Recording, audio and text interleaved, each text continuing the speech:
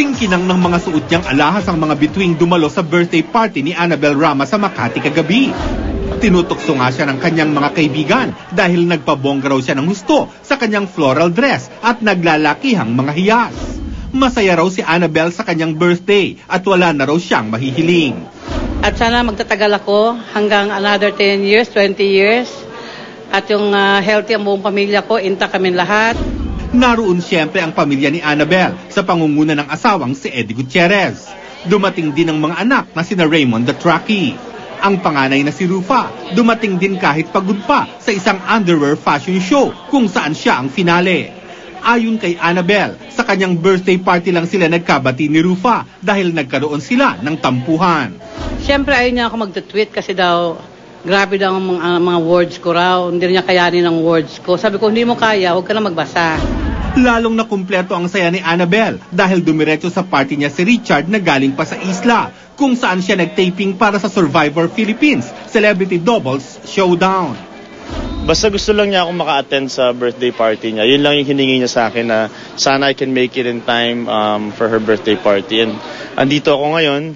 I'll get to hug her and kiss her. Tuntua nga ako, sabi niya sa akin, sunduin siya sa airport daw ng ngayong gabi. Sabi ko, makatin ka ba? From the airport, tutuloy daw sa birthday ko. Kaya tuntua talaga ako. Hindi nawala ang maraming kaibigan ni Annabel. Naroon sina Senador Jinggoy Estrada at Senador Bong Revilla Jr., Governor Chavit Singson, Philip Salvador, Tirso Cruz III at Mother Lily. Ang mga alagang artista ni Annabel hindi rin nakalimutang bumati at makipagsaya.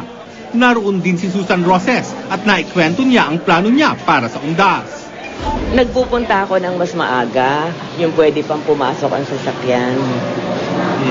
Kasi nung unang taon, sinubukan ko, nilakad ko mula sa gate para andun ako ng November 1. So far, okay naman, nakasurvive. Pero ayoko nang ulitin kasi baka hindi na kaya ng likod ko at ng tuhod ko.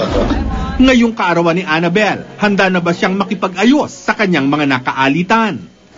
Pinapatawad ko naman lahat sila, pero kailangan sumagot ako doon sa bintang sa akin para maliwagan